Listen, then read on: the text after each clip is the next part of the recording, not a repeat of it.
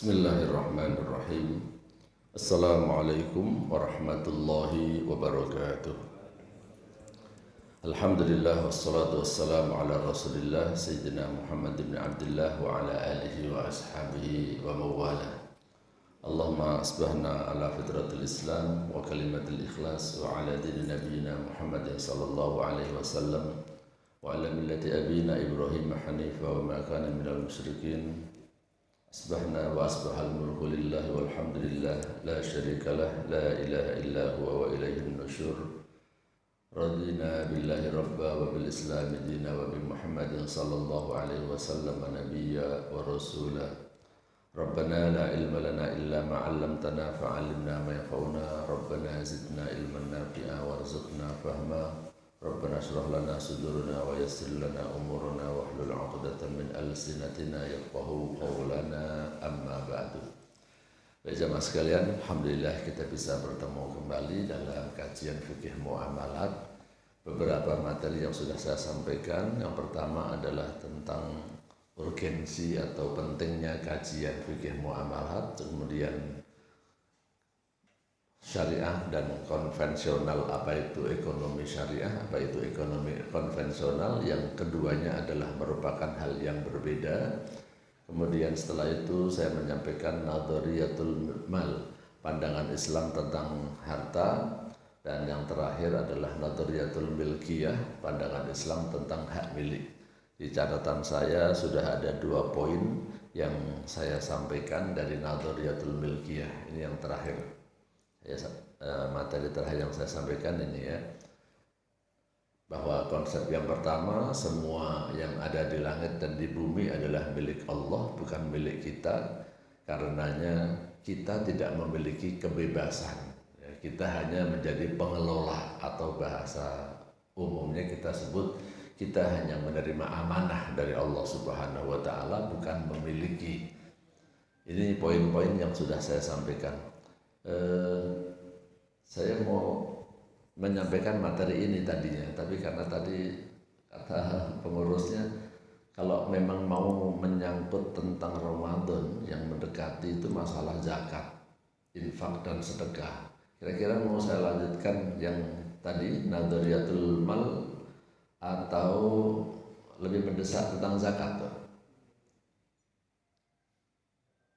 Zakat aja ya, zakat aja ya buat modal, meskipun lanjutan yang ini belum selesai, apa-apa nanti setelah Ramadan bisa dilanjutkan yang ini. Zakat ini saya juga baru sampaikan di masjid lain hari Sabtu kemarin ya, sudah saya siapin. Ini untuk persiapan Ramadan. Ini kan menyangkut tentang masalah uang juga ya. Jadi fikih kajian saya ini fikih yang menyangkut masalah uang, bisnis, uang, harta, nah itu. Nah sekarang saya, karena tadi pengurus DKM-nya pengen ada sesuatu yang terkait dengan Ramadan. Nah terkait dengan Ramadan itu diantaranya adalah zakat, infak, sedekah, dan wakaf. Ini luas sekali, mungkin 3 pertemuan kalau mau diiniin juga nggak selesai. Tapi kita buat yang kira-kira maksimal 2 pertemuan hari ini, sama seandainya nanti pas bulan Ramadan masih diperlukan lagi, kita perdalam lagi. Yang pertama, kita perlu memahami istilah zakat, infak, dan sedekah. Bapak-bapak yakin saya tahu ya, saya yakin Bapak udah tahu ayat yang dibahas tentang, yang membahas tentang orang-orang yang berhak menerima zakat. Orang-orang yang berhak menerima zakat di dalam Al-Quran itu bunyi ayatnya depannya gimana? Innamas,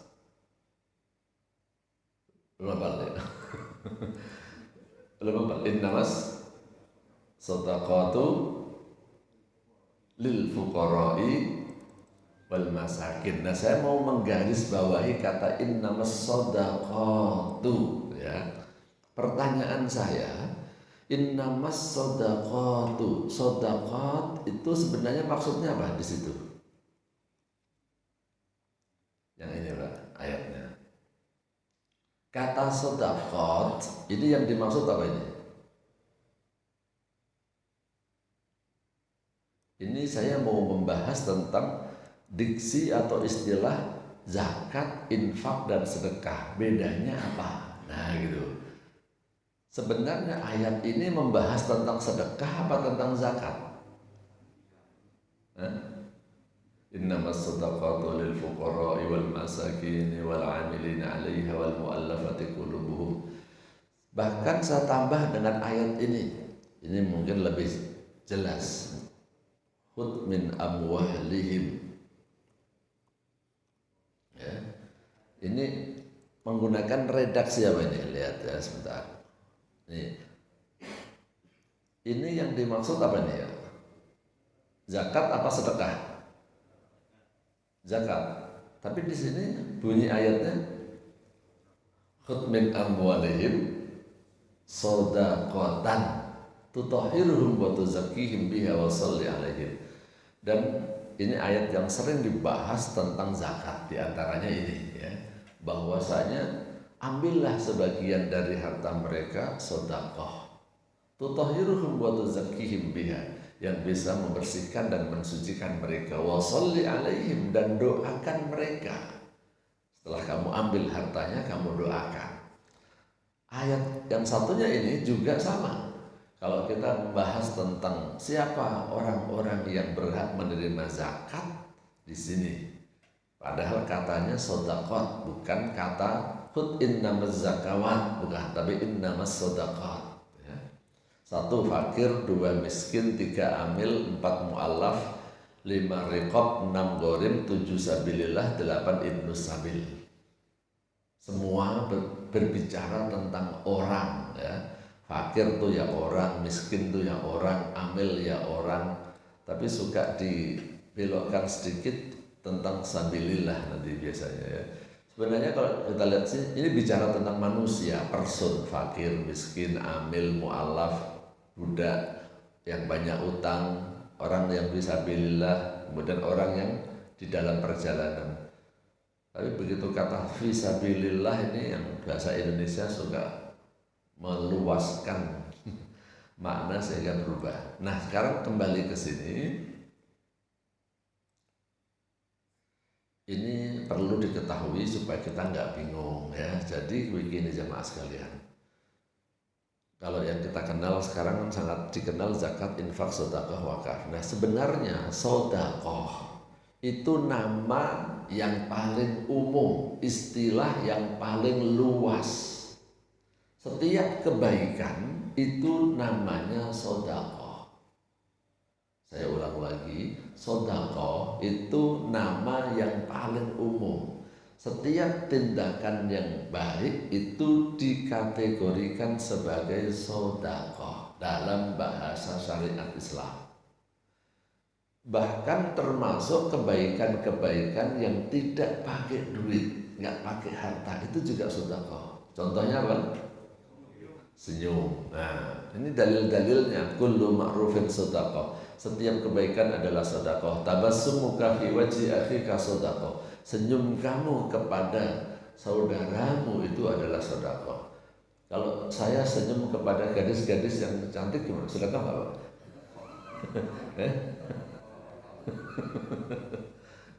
Hadisnya tuh tabassumuka fi wajhi akhika, sama-sama laki-laki Pak ya.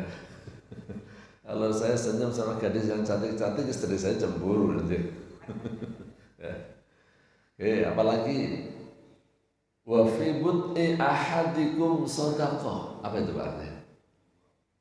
Di dalam kemaluanmu. Itu juga sedekah. Apa itu? Dijelasin enggak? Enggak usah ya. Ya, jadi sahabat-sahabat sempat bertanya, ya Rasulullah, masa itu sedekah? Iya, sebab kalau tidak kamu salurkan, tidak kamu turutin keinginan pasanganmu, nanti bisa dilarikan kepada hal yang haram, zina. Supaya tidak berzina, maka kamu bisa sedekah dengan kemaluanmu itu. Nah, gak usah terlalu detail Pak ya, di masjid ini. Intinya yang ingin saya tekankan bahwa sedekah itu setiap kebaikan, termasuk zakat itu ya sedekah. Memberikan nafkah kepada istri dan anak itu juga sedekah. Masukin uang ke dalam kota infak itu juga sedekah, buat bangun masjid sedekah. Semua kebaikan itu namanya sedekah. Yang kedua, yang rada sempit istilahnya adalah infak. Kalau infak itu adalah sedekah yang terkait dengan harta, baik yang wajib maupun yang tidak wajib. Di sini saya tulis, secara bahasa infak itu membelanjakan uang kita. Menggunakan uang untuk suatu keperluan itu artinya infak atau nafkah, sama aja. Anfaqo yunfiku infaqan wa nafaqatan itu satu akar kata.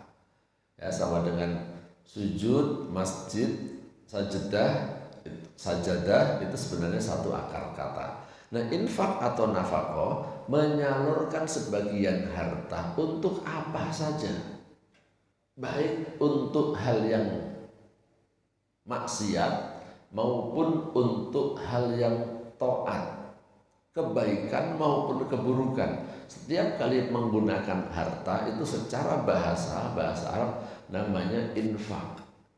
Di dalam Al-Quran surat Al-Anfal ini kata infak digunakan untuk menggunakan harta yang tidak baik. Ini secara bahasa ya. Innal ladzina kafaru yunfikuna amwalahum. Sesungguhnya orang-orang kafir itu menginfakkan harta mereka untuk apa? Liyasuddu an sabilillah, untuk menghalang-halangi manusia dari jalan Allah. Jadi orang-orang kafir itu untuk supaya kita tidak mau taat pada ajaran agama Islam, mereka juga ngeluarin duit banyak lah, membuat program-program. Tempo hari saya dapat video, mungkin antum juga mendapatkan videonya, itu isinya ada laki-laki namanya Joy ya, boncengin akhwat perempuan yang pakai cadar. Sempat dengar? Lihat belum Pak? Belum ya? Ada sebagian sudah melihat ya.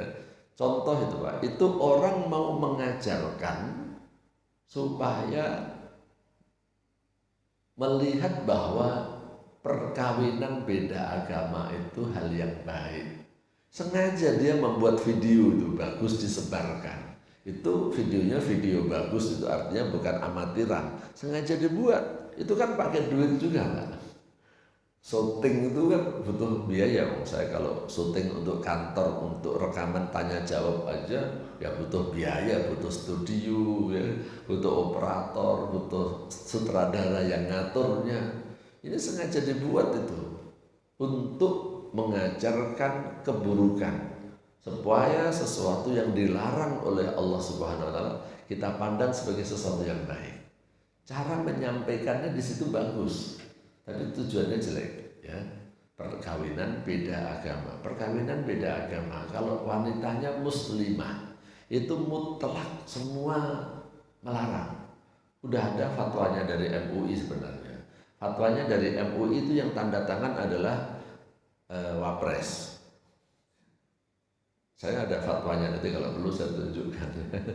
Ada tanda tangannya Wapres langsung, Pak Ma'ruf Amin. Itu jelas fatwa MUI menyatakan perkawinan beda agama nggak boleh, mutlak Pak. Tidak ada perbedaan pendapat di kalangan ulama bahwa wanita muslimah itu tidak boleh menikah dengan laki-laki non-muslim. Tapi untuk membelokkan pemikiran yang seperti ini, orang sengaja menginfakkan hartanya.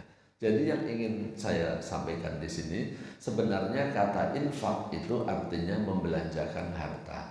Ketika kita berbicara tentang agama Islam, syariat, berarti kalau kita infak itu maksudnya ya infak fi sabilillah. Jadi infak yang diridhoi oleh Allah, di jalan Allah, artinya di sesuatu yang diridhoi, yang dibolehkan oleh Allah. Termasuk infak fisabilillah itu apa?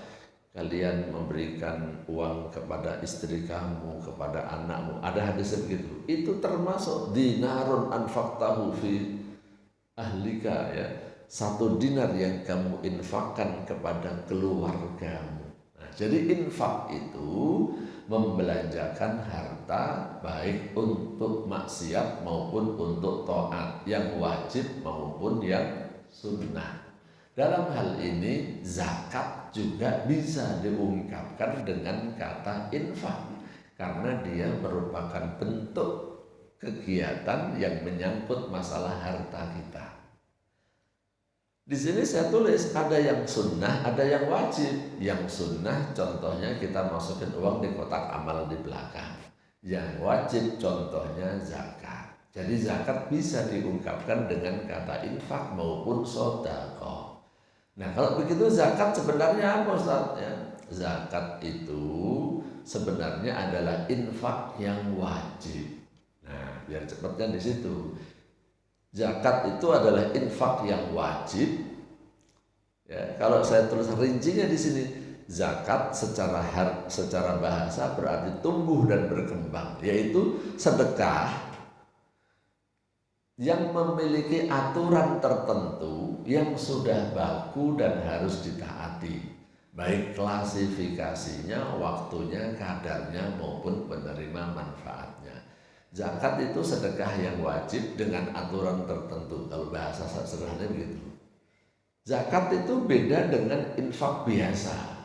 Zakat itu berbeda dengan kita masukkan uang ke dalam kotak amal. Kemarin ada yang tanya kepada saya, kalau kita sudah bayar pajak, apa kita masih wajib bayar zakat juga? Iya. Zakat dan pajak saya katakan di Indonesia ya dua hal yang berbeda. Dua hal yang berbeda. Ya. Kalau zakat yang tadi kita bahas di dalam ayat ini hanya boleh diberikan kepada 8 golongan asnaf samaniyah ini. Maaf, orang kafir boleh terima zakat nggak Pak? Orang kafir boleh kita kasih zakat nggak? Nggak boleh kan? Orang kaya selevel bapak-bapak di sini, saya kasih zakat boleh nggak? Nggak boleh. Saya pun tidak berhak menerima zakat. Ya. Saya pun tidak berhak menerima zakat atas nama fakir, miskin, amil, mu'alaf, semuanya nggak berhak saya. Saya tidak berhak menerima zakat. Tapi kalau pajak, boleh nggak diberikan kepada orang kafir? Kepada orang kaya, kepada konglomerat, kepada koruptor. Nah, uang pajak dikumpulkan oleh negara diantaranya untuk gaji pegawai. Gaji pegawai itu mulai dari presiden sampai guru-guru, sampai bahkan PNS yang itu kan dari pajak Pak. Uang zakat nggak boleh kasih presiden kok dikasih zakat, nggak berhak menerima zakat dia. Tapi gajinya presiden itu kan juga dari pajak kan. Jadi pajak dengan zakat ya ada kaitannya Pak ya, ya ada kaitannya. Jadi dua hal yang berbeda. Nah jadi kembali kepada zakat, saya katakan zakat itu adalah infak yang wajib. Ada aturannya yang sangat rigid. Ya. Cara membayarkannya gimana, kapan harus dibayarkan, kepada siapa, berapa, itu semua sudah ditentukan. Tapi kalau Bapak bicara infak untuk pembangunan masjid, infak atau nafkah untuk istri, nah saya tanya kepada Bapak, kalau nafkah kepada istri itu ukurannya berapa Pak? Berapa? Yang benar dalam Islam berapa?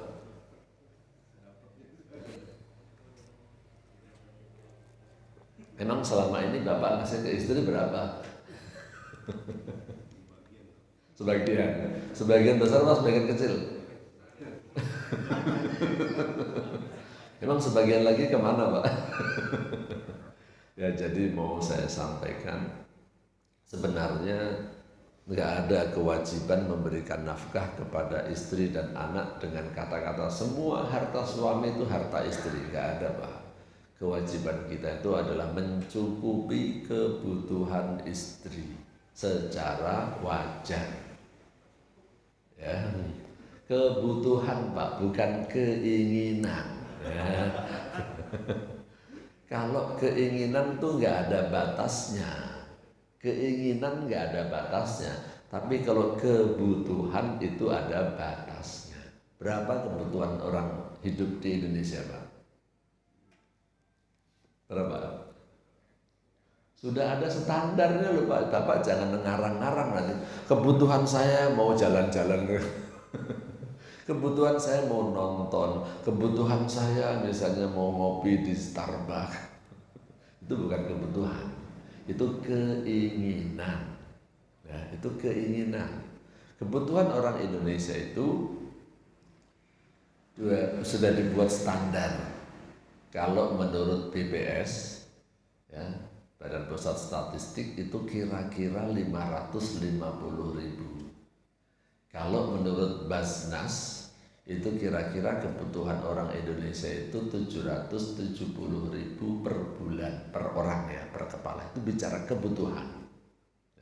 Sehingga kalau orang itu penghasilannya di bawah itu, di bawah 770.000, itulah yang bisa dikategorikan fakir miskin.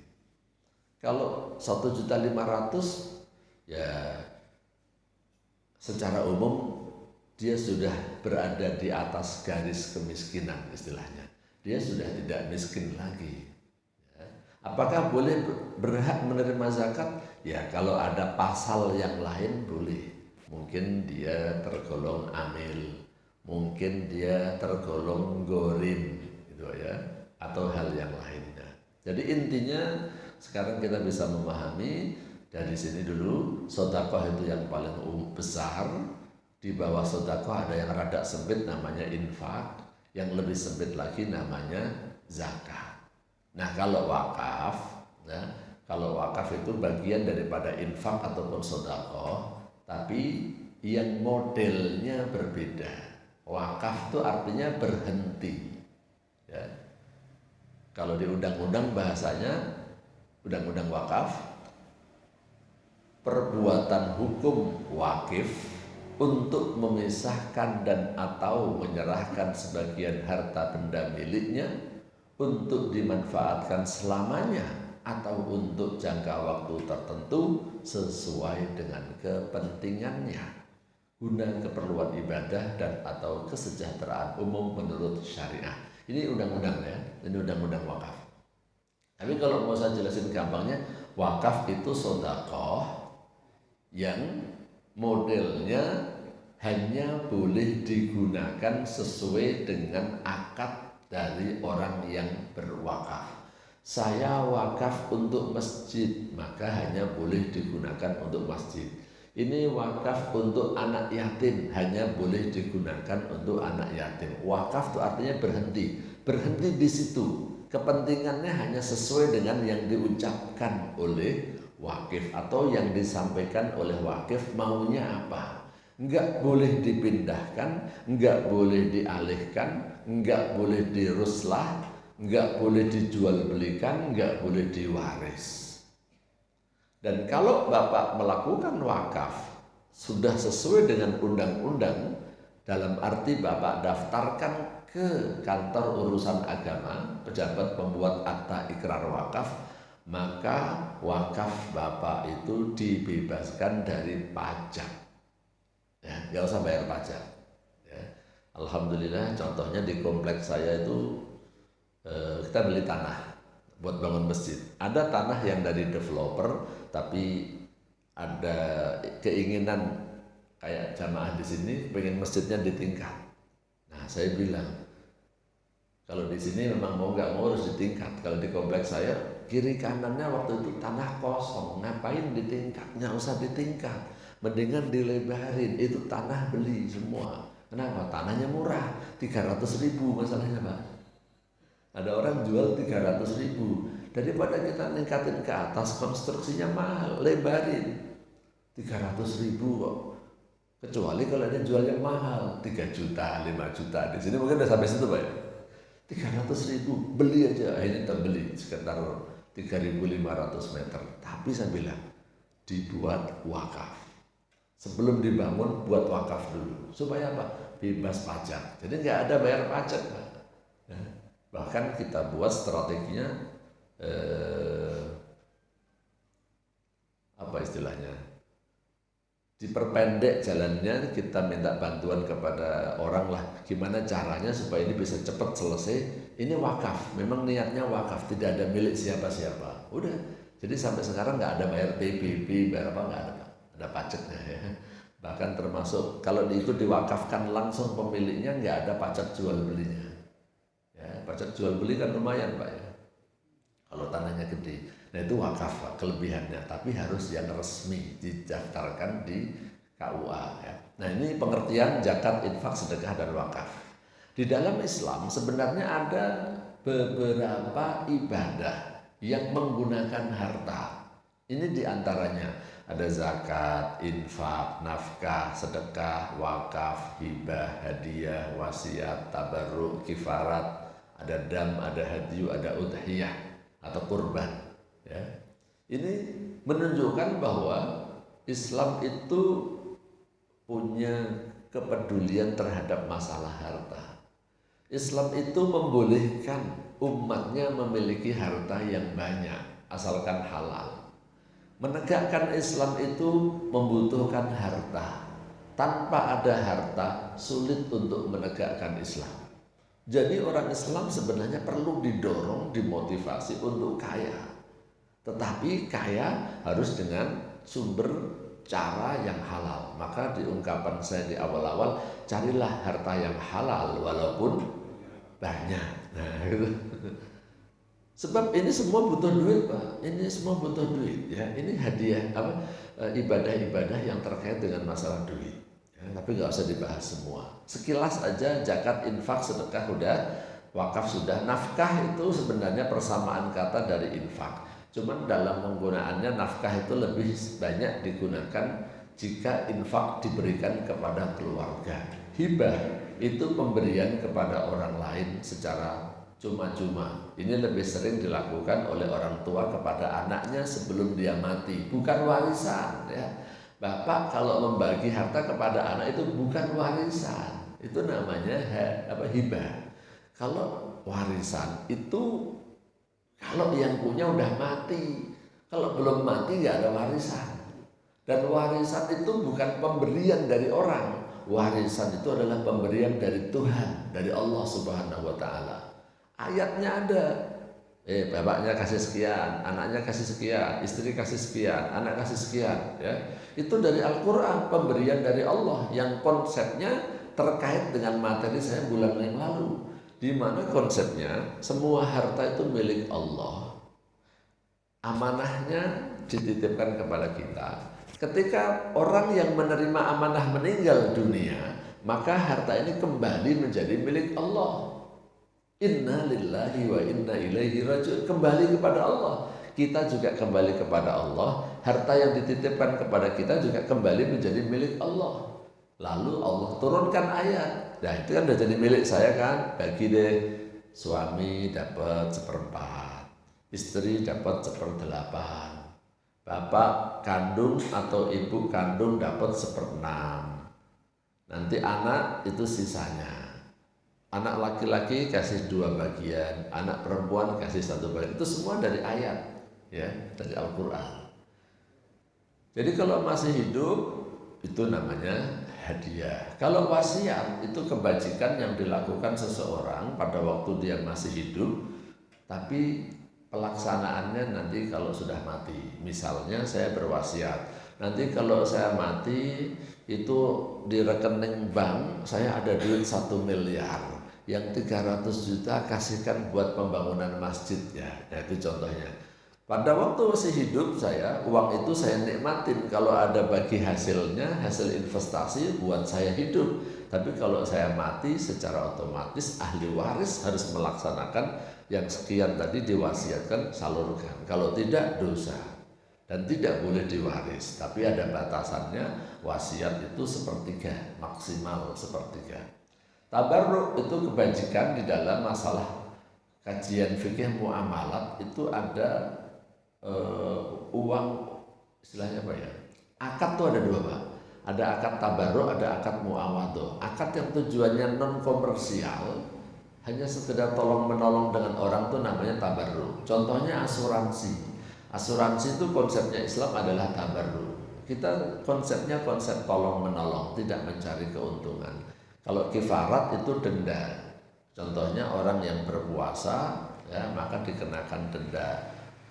Orang jika dia melakukan hubungan suami istri di bulan Ramadan, nah, itu namanya ada kifarat. Kifaratnya bisa puasa 2 bulan berturut-turut. Kalau dia nggak mampu, maka nanti bisa memerdekakan budak atau memberikan makan kepada 60 orang miskin. Nah, itu kifarat. Kalau dam itu denda yang dilaksanakan pada waktu Bapak Ibu melaksanakan ibadah haji. Ada poin-poin tertentu yang menyebabkan Bapak harus membayar dam. Contohnya Bapak hajinya tamattu. Tamattu artinya apa? Tangi mangan turu. Orang Jawa, tangi mangan turu, tamattu. Tamattu itu haji yang enak maksudnya. Enaknya kenapa? Karena Bapak datang itu niatnya umroh. Begitu umroh selesai 4 jam, 5 jam, 6 jam selesai, Bapak pakaiannya bebas. Ya. Nanti kalau udah masuk pelaksanaan haji tanggal 8 Dzulhijjah baru Bapak pakaian ihram lagi. Itu umroh dulu baru haji, itu namanya tamattu. Itu yang paling enak. Kalau Bapak mau yang berat, aslinya gimana? Harusnya haji dulu. Bapak datang ke Mekah pakai pakaian ihram terus sampai selesai melaksanakan ibadah haji. Ya, kalau Bapak datang tanggal 3 Dzulqa'dah ya pakai terus sampai nanti tanggal 13 Dzulhijjah.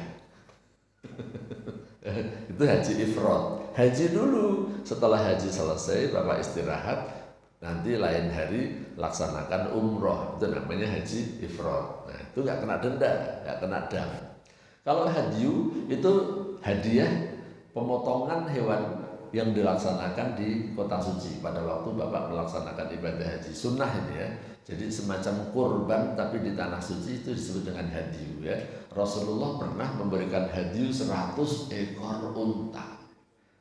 Jadi kaya apa miskin, Pak? Rasulullah itu.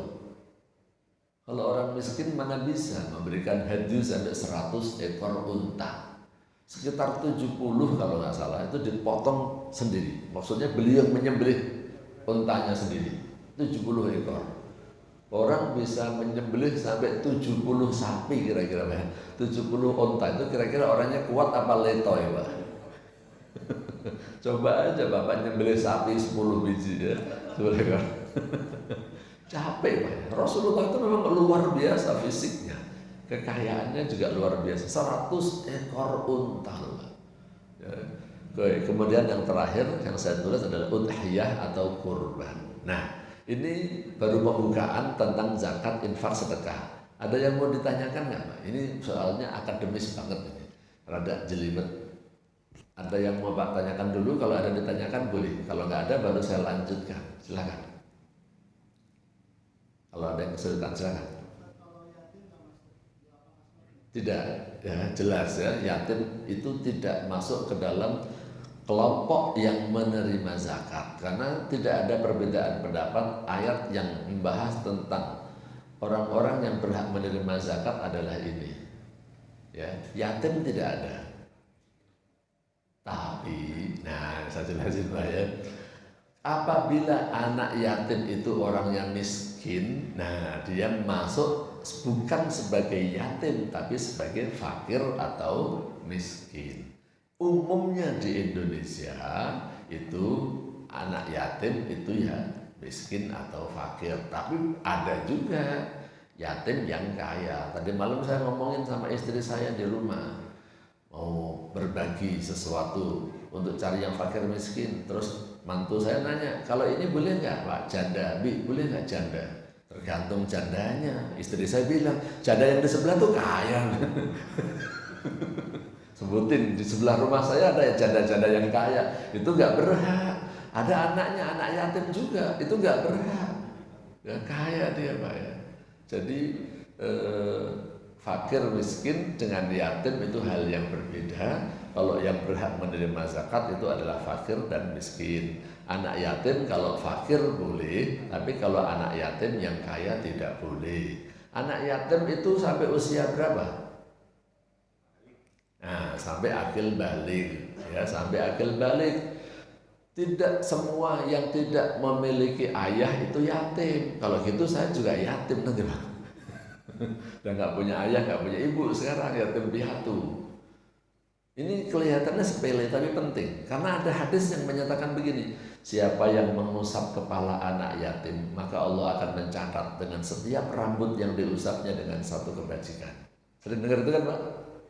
Coba bayangkan kalau saya tanya mahasiswi saya, yang sudah nggak punya bapak siapa? Ya, saya Ustaz, saya. Nah, anak yatim ya, saya usap-usap kepalanya.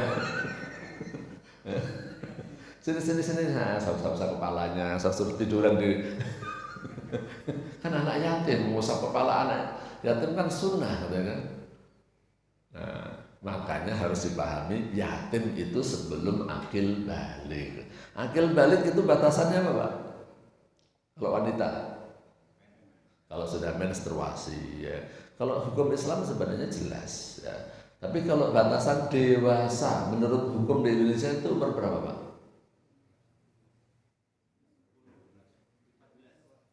Masa berarti 14 tahun udah boleh nikah ya? Nah, benar, tergantung undang-undangnya. Undang-undang pidana, apa undang-undang perdata, apa undang-undang perkawinan. Beda semua Pak, Bapak lihat aja.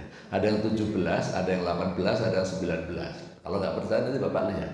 Jadi tergantung undang-undangnya. Undang-undang pidana, apa undang-undang perdata, apa undang-undang perkawinan. Itu aneh ya. Pengertian dewasa itu berbeda. Tapi kalau Islam jelas, akil balik. Akil balik itu adalah kalau perempuan sudah menstruasi, kalau laki-laki sudah keluar sperma atau mimpi basah istilahnya. Gitu Pak. Oke, itu nomor 1 tentang yatim. Ada pertanyaan berikutnya? Baru 1, silakan.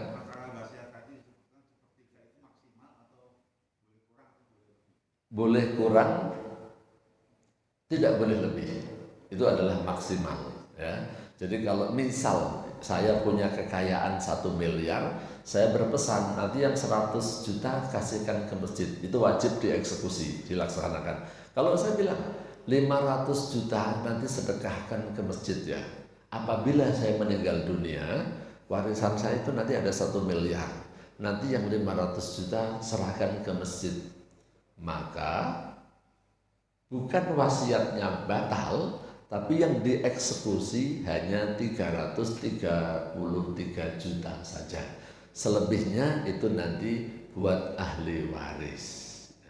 Jadi yang sepertiga nanti dieksekusi sebagai wasiat, yang 2/3 untuk ahli waris. Jadi itu adalah batasan maksimal. Oke, ada lagi? 1 lagi boleh? Baru 2. Ya silakan.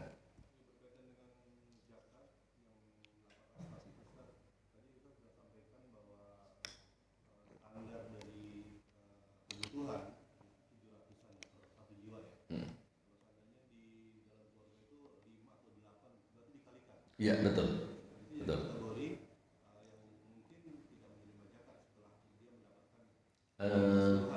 Di Baznas itu diungkapkan batas kemiskinan kira-kira gitu ya. Jadi anggap saja saya buletin 800 ya biar gampang ya. Jadi 800.000 per bulan per kepala. Meskipun angka pastinya sekitar 770. Kalau misalnya seperti saya punya 1 istri, 5 anak, berarti hitungannya 7 ya. Anak 5, saya sendiri, kemudian istri. Jadi 7 kali 800.000. Jadi berapa? 7 kali 4, 5.600.000. Kalau penghasilan saya di bawah 5.600.000, berarti saya miskin. Kalau penghasilan saya di atas 5.600.000, saya tidak miskin. Nah, zakat akan diberikan, prioritas utamanya kan kepada fakir miskin. Kasih yang ini dulu. Nah, kalau ternyata saya punya penghasilan 5.700.000, sebenarnya nggak miskin, tapi ternyata saya punya banyak utang. Utang yang dimaksud utang untuk kebutuhan, bukan utang untuk bisnis, Pak ya. Kalau utang untuk bisnis, saya sebutin nama-nama, misalnya Abu Rizal Bakri punya utang nggak Pak? Hairul Tanjung punya utang nggak? Iyalah, namanya orang dagang. Yang dimaksud bukan utang untuk bisnis ya, utang untuk kebutuhan. Mungkin ada seseorang yang penghasilannya udah 7 juta, tapi dia pernah diuji sakit, kecelakaan, sehingga dia butuh biaya pengobatan yang besar sebelum ada BPJS. Dia utang sono kemari. Atau memang dia 7 juta, tapi dia hidup di daerah misalnya di mana ya? Yang daerah Balikpapan misalnya. Balikpapan itu kan mahal katanya, biaya hidup mahal. Ternyata di sana 7 juta itu buat makan aja kurang. Sehingga dia ngutang sana ngutang sini buat memenuhi kebutuhannya. Karena anak 5 itu kan. Nah, statusnya menjadi gharim, boleh. Atau saya kasih kasus beneran. Saya punya mahasiswa banyak ya, ada sekitar nggak banyak banget nggak sih ya, 1,2 1.200-an mahasiswa di kampus saya. Beberapa mahasiswa tuh nggak bisa bayar. Kemarin saya ngobrol sama Bu Amani, itu ceritanya UIN itu kira-kira punya kredit macet tagihan mahasiswa yang pada nggak bayar itu 20 miliar kalau nggak salah. Nah, di kampus saya nggak sebanyak itu. Nah, kalau metode yang dilakukan orang lain, ya kalau dia nggak bisa bayar ya udah, nggak boleh ngambil ijazah, nggak boleh ikut ujian atau disuruh keluar tuh Pak ya. Nah, saya mencarikan solusi yang berbeda. Kalau dia nggak mampu bayar, dicek dulu. Sebenarnya dia malas bayar, nggak mau bayar atau apa? Umumnya memang nggak mampu. Itu namanya gharim. Saya bilang udah, dia kan punya utang banyak. Orang tuanya memang nggak bisa bayarin. Masukin kategori gharim, cariin dana zakat, kita bayarin dah. Utang kamu saya bayarin. Jadi kampusnya nggak punya kredit macet banyak-banyak. Itu kalau yang saya lakukan ya. Saya minta kepada perusahaan atau di perusahaan-perusahaan yang saya sebagai pengawasnya, minta duitnya termasuk zakat karyawan boleh buat bayarin mereka. Itu aja dah selesai. Ya. Sehingga kampusnya berjalan, menyalurkan zakatnya juga tepat. Gharim itu Pak ya. Jadi gitu kira-kira tentang apa tadi? Zakat ya. Nah, ada yang masih belum jelas? Nah.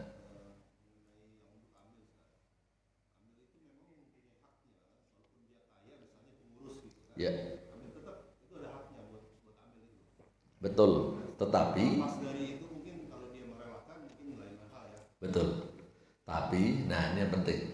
Amil itu adalah petugas yang bekerja di lembaga zakat yang disahkan oleh pemerintah. Karena di dalam konsep Islam aslinya zakat itu kan dikelola oleh pemerintah. Ya, aslinya. Dan maka tadi ada ayat yang khud min amal, ambillah. Sahabat-sahabat itu katakan, kamu datang ke sana pungut, khud min amwalihim shadaqatan tutahhiruhum wa tuzakkihim biha. Nah, amil itu kan harus digaji, Pak. Dia kan bekerja untuk itu. Nah, kalau yang mengangkat sendiri-sendiri itu tidak bisa disebut dengan amil. Maaf, misalnya Bapak di sini membuat panitia zakat, ya, itu tidak bisa disebut dengan amil karena itu tidak resmi, tidak disahkan. Kalau misalnya itu boleh Pak, nanti akan muncul ide-ide yang aneh. Ini belum sampai tapi saya kasih tahu. Contohnya gimana Pak? Saya mau jadi amil zakat tapi saya nggak mau di sini Pak. Saya maunya di Pondok Indah aja Pak. Saya mau bikin amil zakat di Pondok Indah aja. Atau saya bikin amil zakat maunya daerah kerja saya di Bintaro saja Pak. Saya bikin panitia zakat di Bintaro Jaya, itu kan. Kemudian di Pondok Indah, di Pantai Indah Kapuk. Wes. Kan ada yang muslim juga kan di PIK kan. Nah, tapi kan kalau di sana kan orangnya kaya-kaya. Kalau di Cibinong sini mah ya ada yang kaya, ada yang miskin, dikit lah dapatnya. Tapi kalau di Pondok Indah kan lumayan, benar. Ngapain jadi panitia zakat di sini? Nggak enak, dikit dapatnya. Itu Pak. Yang repot lagi nanti kantor-kantor Pak. Ya, kantor-kantor yang punya karyawan banyak yang ini gede-gede, udah saya pungut saja. Saya jadi panitia zakat di kantor ini. Nah, saya ambil haknya, ambil berapa? 12,5%. Lumayan Pak. 12,5% ya. Di salah satu kantor saya ya, yang saya sebagai pengawasnya, itu ada program donasi 1% dari bonus. Ya. Jadi maksudnya orang-orang yang mendapatkan bonus itu diajak untuk mendonasikan 1% saja dari bonus Anda, ya, itu terkumpul selama sekitar 15 tahunan itu 25 miliar loh Pak. Itu cuma 1%, hanya dari bonus loh Pak. Itu terkumpul dana 25 miliar loh Pak. Untuk ini sih digunakan untuk operasi kelainan jantung anak, ya, khusus untuk membantu anak-anak yang punya kelainan jantung. 1% tuh Pak, 1%. Nah kalau 2,5% berapa Pak? Itu baru dari bonus Pak ya, bukan dari yang lain-lainnya. Nah, itu kita ada program seperti itu. Maka intinya amil itu adalah, ya, dia berhak menerima, tetapi yang disebut dengan amil itu adalah petugas yang disahkan oleh negara. Yang tidak disahkan oleh negara nggak boleh orang membentuk amil-amil sendiri, mengangkat dirinya sebagai amil, ya. Nanti berbahaya kalau itu nanti dikembangkan. Nanti yang suruh jadi panitia di musola-musola kecil-kecil nggak mau Pak. Kalau di Ervina masih mau, masih lumayan. Perolehannya masih gede. Yang di musola-musola kecil nggak mau dah. Nah, begitu tentang amil. Jelas ya? Tadi kayaknya masih ada satu lagi, silakan Pak. Nah, batasan fisabilillah itu apa? Tadi saya katakan, coba Bapak perhatikan pada ayat ini. Fakir itu orang apa lembaga? Miskin itu orang apa lembaga? Amil, mu'alaf, orang yang baru masuk Islam kan? Rikob artinya hamba sahaya, budak, orang atau lembaga? Jadi sebenarnya ini semua berbicara tentang orang Pak, bukan lembaga.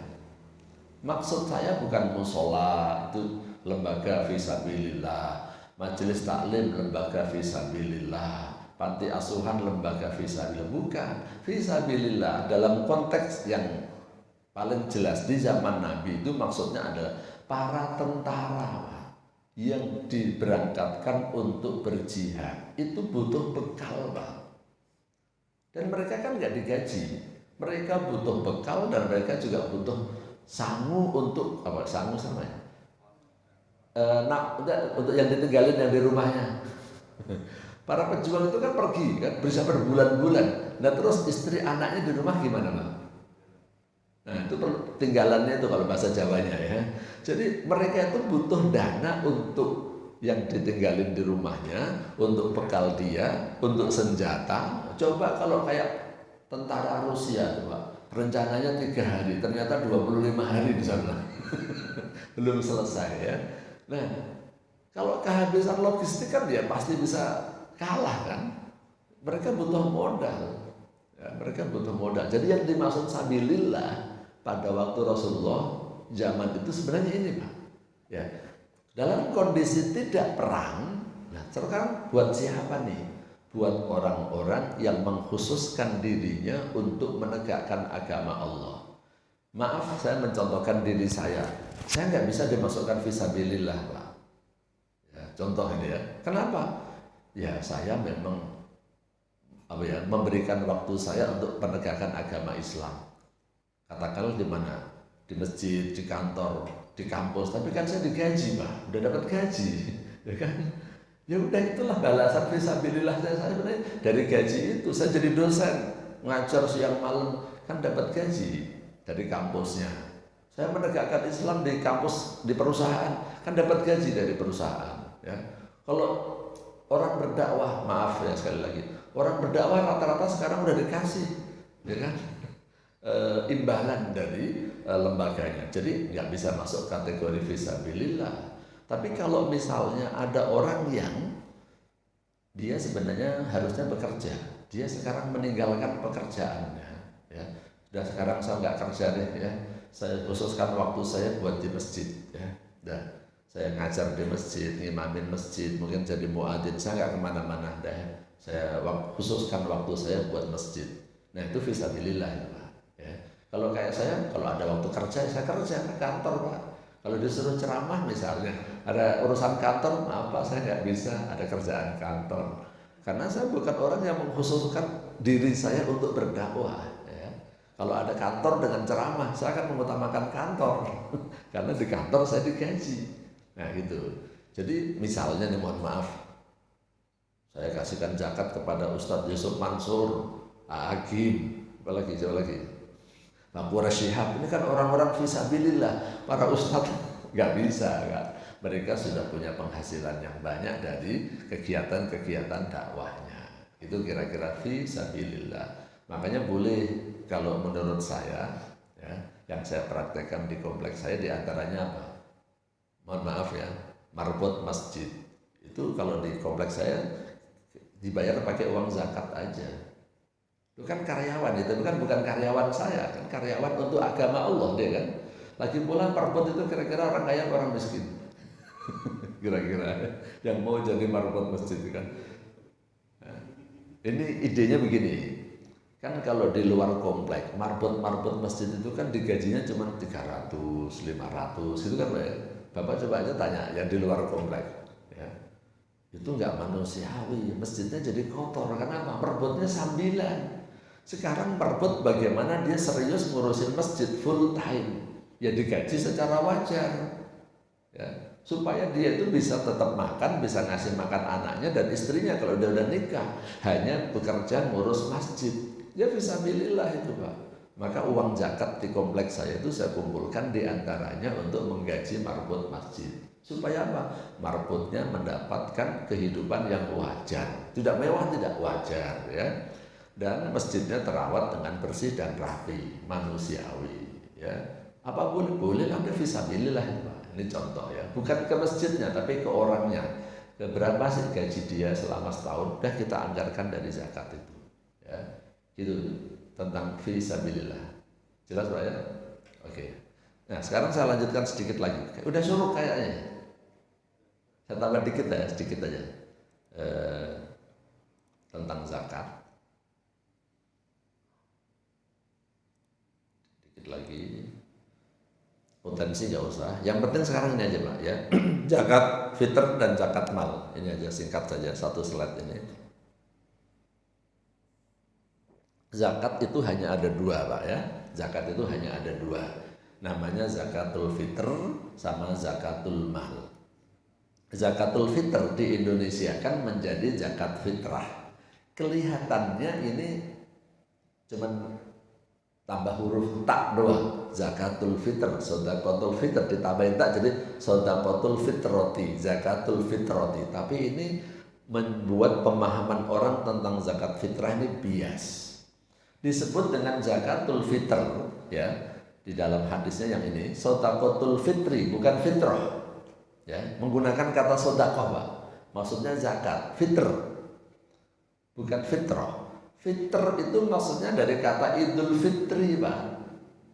Jadi zakatul fitri, zakat fitrah itu zakat yang terkait datangnya idul fitri, yang fungsinya disebutkan di dalam hadis adalah tukmatan lil masakin, untuk memberikan makan kepada orang miskin. Jadi zakat fitrah itu kaitannya dengan idul fitri dan kaitannya dengan masalah pangan. Sehingga orang yang wajib zakat fitrah itu adalah orang yang bertemu dengan hari raya Idul Fitri. Yang tidak bertemu tidak wajib zakat fitrah. Contoh, orang yang meninggal tanggal 28 Ramadan nggak wajib. Orang yang meninggal pada tanggal 29 Ramadan di siang hari nggak wajib. Tapi kalau dia meninggalnya ya malam takbiran walaupun sholat isya, kan dia ketemu Idul Fitri, tapi dia udah ketemu Idul Fitri namanya, karena Idul Fitri itu dimulai dari maghrib ya, dari maghrib berarti dia ketemu dengan hari raya Idul Fitri, maghrib sampai isya, berarti dia masih hidup, masih punya nyawa, berarti dia termasuk yang wajib zakat fitrah. Atau bayi yang baru lahir malam takbiran, itu juga termasuk wajib dikeluarkan zakat fitrahnya. Karena zakatul fitr itu adalah zakat yang terkait dengan datangnya Idul Fitri. Dan zakat fitr itu sebaiknya, saya bicara sebaiknya ya Pak ya, bukan wajib. Sebaiknya itu berbentuk makanan. Karena memang tujuan daripada zakat fitrah adalah untuk memberikan kecukupan pangan pada hari raya Idul Fitri. Jangan sampai ada orang Islam yang nggak bisa makan di hari raya Idul Fitri. Maka yang disepakati ulama yang paling afdol itu adalah makanan. Makanannya apa? Kalau disebutkan di dalam hadis sih tepung, gandum, kurma. Ya. Kalau beras nggak ada hadisnya. Tapi dikiaskan, beras dikiaskan dengan tamr atau syair, ya, gandum atau kurma. Kurma sebagai makanan orang Arab, ya, gandum juga sama. Kalau pakai uang gimana? Hilaf. Ada perbedaan pendapat. Umumnya ulama mengatakan tidak boleh zakat fitrah pakai uang, tapi madhab Hanafi membolehkan. Dan Majelis Ulama Indonesia terkait dengan pandemi itu membolehkan zakat fitrah pakai uang. Ya, itu di fatwa MUI membolehkan pada masa pandemi, tapi ya kalau di luar pandemi berarti perlu pertanyaan lagi ya. Tapi saya katakan mayoritas ulama dari 4 madhab, 3 madhab mengatakan tidak boleh pakai uang. Loh Ustaz, nanti kalau zakat fitrahnya pakai beras semua, kasihan dong mereka, makannya nasi doang. Ya, maaf Pak, orang miskin itu makan apa aja enak Pak ya. Yang bikin gak enak kan orang-orang kaya seperti Bapak, makannya susah. Ya kan? Orang kaya tuh nyusahin. Mau makan aja susah, kadang-kadang cuma mau makan doang harus naik mobil ke Bogor, mau makan di Bogor yang enak, kan? Ya Allah, mau makan aja susah banget sih. Orang miskin Pak, yang penting ada beras selesai dah ya. Kalau dia macam-macam berarti dia orang kaya berarti Pak ya. Jadi kecukupan pangan bicaranya. Inilah sedikit tentang zakat fitrah ya. Saya sering ngomong sama istri saya ya. Penyakitnya orang kaya nih. Kalau bilang makanan nggak enak, ini penyakitnya orang kaya nih. Makanya kalau orang miskin enak terus ya, enak terus ya. Nah kalau kaitannya dengan Ramadan ya, Islam memberikan cara. Kalau Bapak mau makannya enak, ya, walaupun kaya, tapi makan apa aja enak. Caranya gimana? Nah, puasa dulu, Pak. Ya. Makanlah ketika lapar. Kalau lapar, makanan apa aja jadi enak, ya kan? Saya kadang-kadang kalau pas buka puasa sama bos-bos itu, kalau pas buka puasa, dia ngambil makanannya paling gorengan deh. Enak juga kalau gorengan di Ramadan, gitu kan? Tapi kalau di luar Ramadan, nah macam-macam maunya makan, kadang-kadang jauh capek. Kemarin ada kenalan saya bilang, sakit Pak, dia sakit kenapa? Kayaknya sih gara-gara kemarin tuh dia makan, mau makan tuh sampai pengen makan di Kalijati Pak, jauh banget saya bilang. Sampai sono makan keenakan, hanya mules gitu ya. Ini mules. Makanya makan tuh nggak usah susah-susah, gitu ya. Biasa aja. Kalau saya kasih resep ya, lapar aja dulu, Pak. Makanlah ketika lapar. Insya Allah enak semua. Ya, kalau belum lapar nggak usah makan. Nah, insya Allah nggak nyusahin orang lain. Demikian yang bisa saya sampaikan terkait dengan zakat infak sedekah. Nanti kalau masih ada yang kurang boleh dilanjutkan di Ramadan jika diperlukan. Zakat malnya belum ya, zakat malnya belum. Kalau zakat mal tuh waktunya fleksibel, tidak harus Ramadan. Silakan.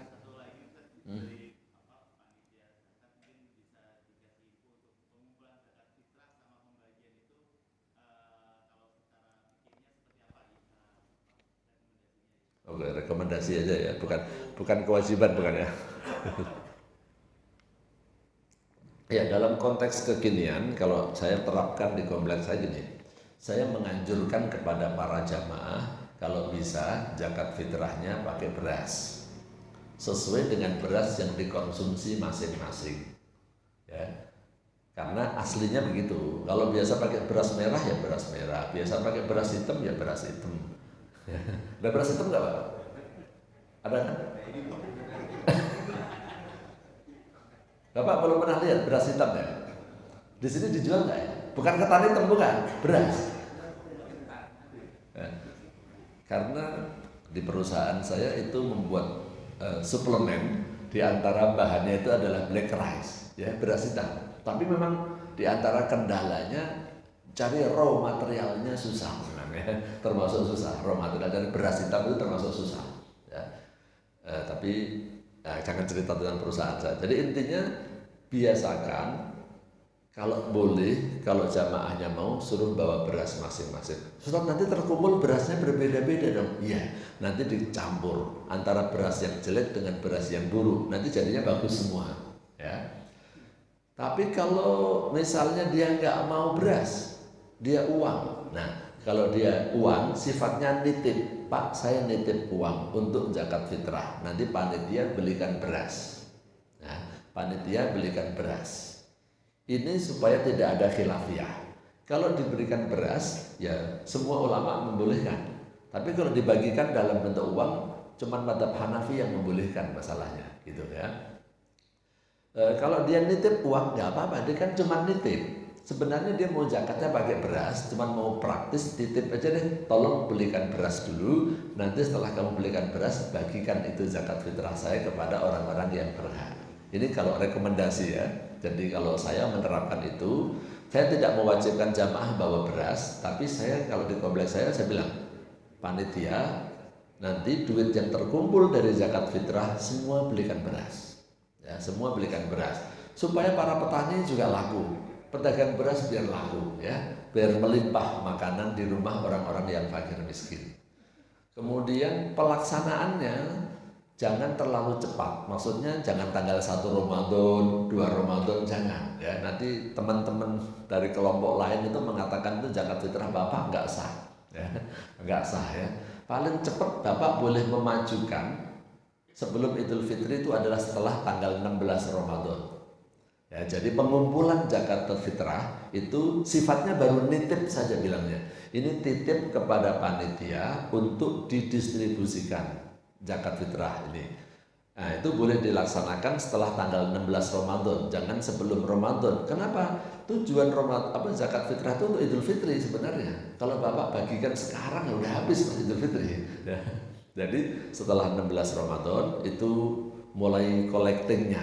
Nah, pendistribusiannya semakin dekat kepada hari raya semakin baik. Ya.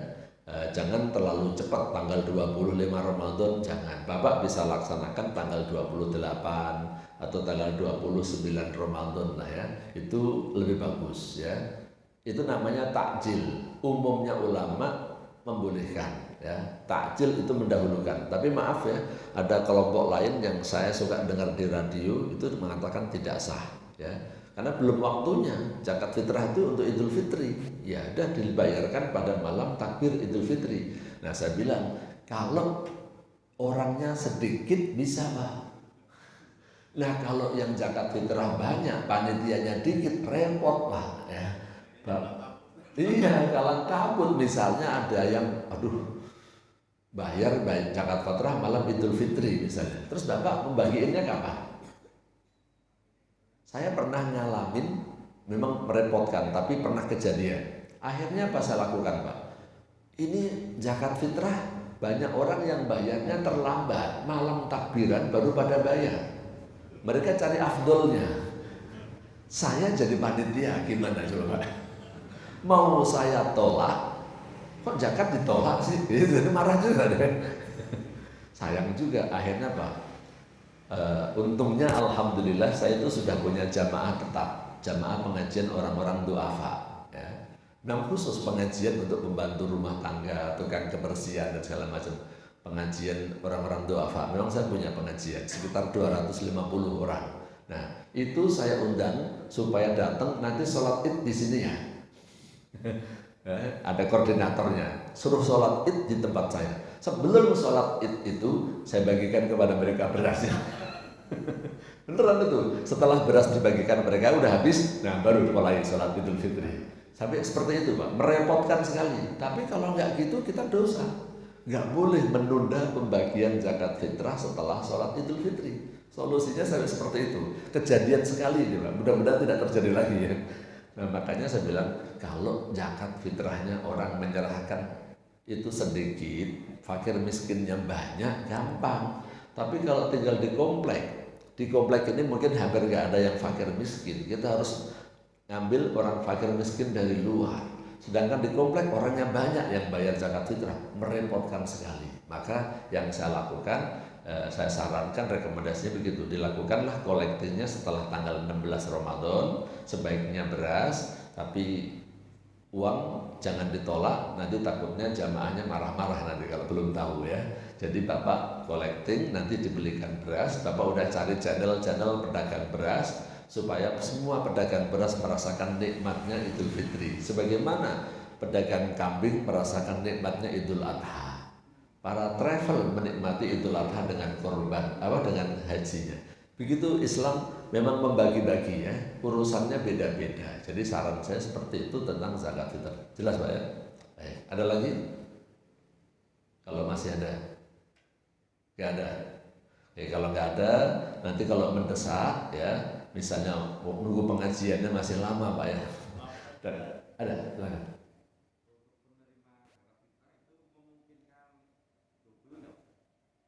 Oke, penerima zakat fitrahmu boleh nggak double? Jawabannya boleh ya, jawabannya boleh. Jadi penerima zakat fitrah, misalnya dia terima dari sebulan, sampai terimanya banyak, 10 kilo dia terima, nggak apa-apa ya. Bahkan dia bisa jadi aneh, dia terima juga, dia bayar juga. Ya, itu memang zakat fitrah itu untuk kecukupan pangan Pak ya. Jadi gini, misalnya dia miskin, akhirnya orang banyak ngasih dia zakat fitrah. Tapi akhirnya dia terkumpul zakat fitrah sampai 20 kilo. Kebutuhan dia untuk makan di hari raya Idul Fitri paling kan cuma 2,5 kilo sampai 3 kilo misalnya kalau anaknya banyak.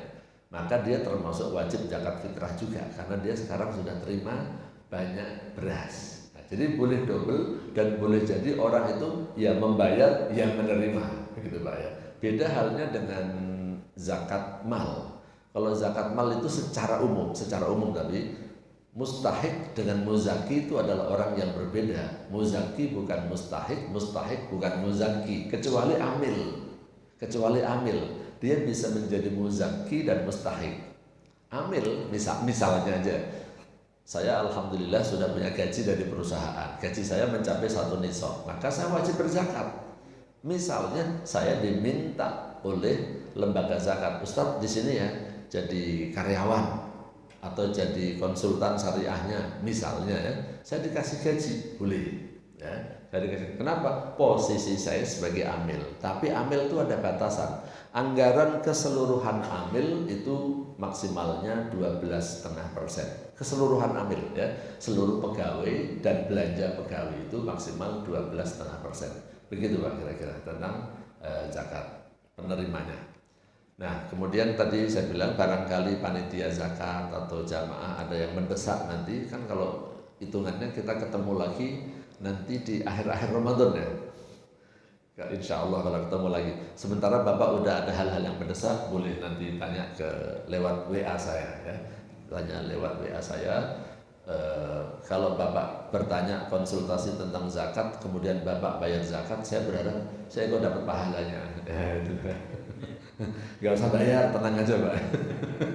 Konsultasi zakat saya bilang gratis ya. Kalau konsultasi tentang perusahaan, tentang marketing plan-nya, tentang bisnis plan-nya, nah itu baru bayar. Kalau zakat, sholat gratis ya, gak usah khawatir. Oke, ini yang bisa saya sampaikan, mudah-mudahan bermanfaat. Nanti sambil kita sarapan juga boleh kalau ada hal-hal yang ditanyakan. Demikian, kurang lebihnya saya mohon maaf, bisa kita lanjutkan dengan sholat 2 rakaat atau 4 rakaat masing-masing. Wallahu a'lam bishawab. Wassalamualaikum warahmatullahi wabarakatuh.